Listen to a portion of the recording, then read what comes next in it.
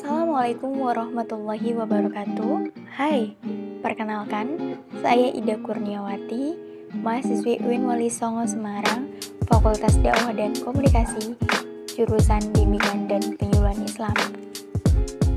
Kali ini kita akan membahas terapi desensitisasi sistemik. Terapi desensitisasi sistemik merupakan salah satu jenis terapi yang menggunakan prinsip classical conditioning. Terapi ini memiliki strategi intervensi yang kompleks dan praktis. Di dalam prosesnya, terapi ini menggunakan latihan relaksasi, pengembangan hierarki, kecemasan, serta pemaparan bertingkat.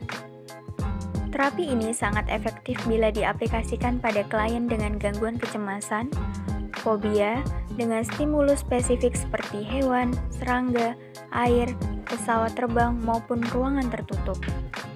Prinsip yang digunakan dalam teknik ini adalah menghambat ekspresi rasa takut klien dengan mendorongnya menghadapi stimulusnya yang dikondisikan, yaitu hal-hal yang ditakuti atau yang dicemaskan secara berangsur-angsur. Sehingga yang kita harapkan adalah si klien ini dapat menghilangkan respon yang tidak diinginkan karena fobia. Sehingga teknik ini juga menjadi treatment yang efektif dan efisien untuk klien yang mengalami fobia. Terapi ini juga memiliki 3 fase utama. Yang pertama, klien diajarkan teknik relaksasi otot dan latihan pernafasan.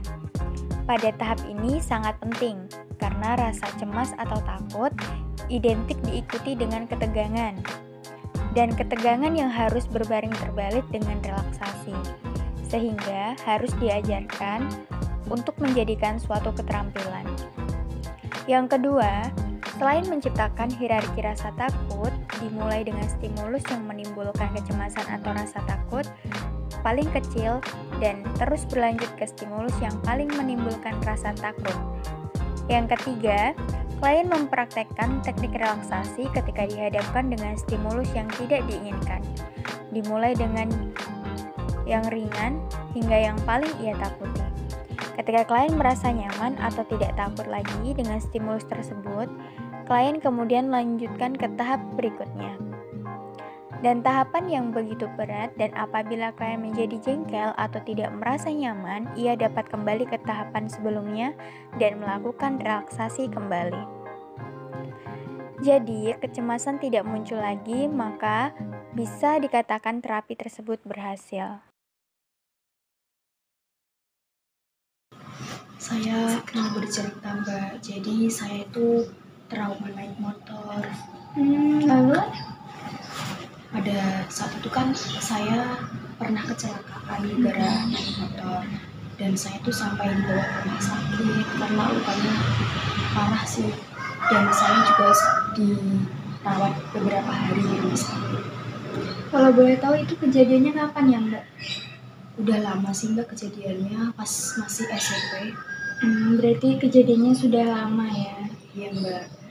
Jadi ya saya tuh pengen banget gitu, Mbak, bisa naik motor, bisa pergi jauh gitu, kayak teman-teman saya kan pada jalan-jalan naik motor. Nah, saya cuma bisa naik sepeda, Mbak. Jadi kalau pergi-pergi saya naik sepeda kan lama ya, Mbak. Saya bisa merasakan apa yang Mbak rasakan. Berarti Mbak Anis bisa naik sepeda tapi nggak bisa naik motor gitu ya, karena rasa trauma tadi. Iya, Mbak. Sesuai dengan permasalahannya Mbak Anis, kita coba pakai teknik desensitisasi sistematik ya, karena salah satu tujuannya bisa meminimalisir rasa trauma tersebut. Nanti Mbak Anis bisa memejamkan mata sambil mendengarkan instruksi dari saya, oke? Nah, kita coba ya. 1, 2, 3, coba Mbak Anis pejamkan matanya. Mbak Anis relax. Bayangkan Mbak Anis sedang naik motor, tapi seperti naik sepeda. Sudah dibayangkan? Lebih rileks. Rasakan kalau Mbak Anis itu sedang nyaman naik motor seperti naik sepeda. Mbak Anis melihat jalan kanan kiri itu pemandangannya indah sekali. Pokoknya Mbak Anis itu nyaman banget seperti naik sepeda. Bisa dibayangkan apa yang Mbak Anis rasakan? saya masih keinget kejadian kecelakaan Mbak, jadi saya tuh masih trauma gitu naik motor. Oke, kita coba lagi ya. Mbak Anis bisa memejamkan matanya kembali. Bayangkan Mbak Anis lebih rileks.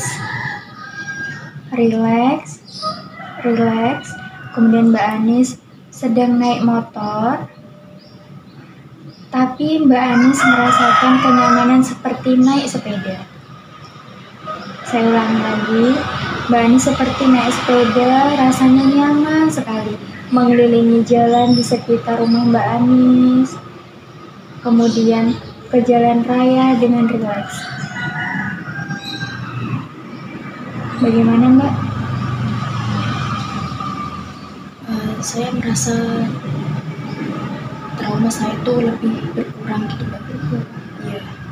Kalau dari 1 sampai 10 berapa skalanya Mbak?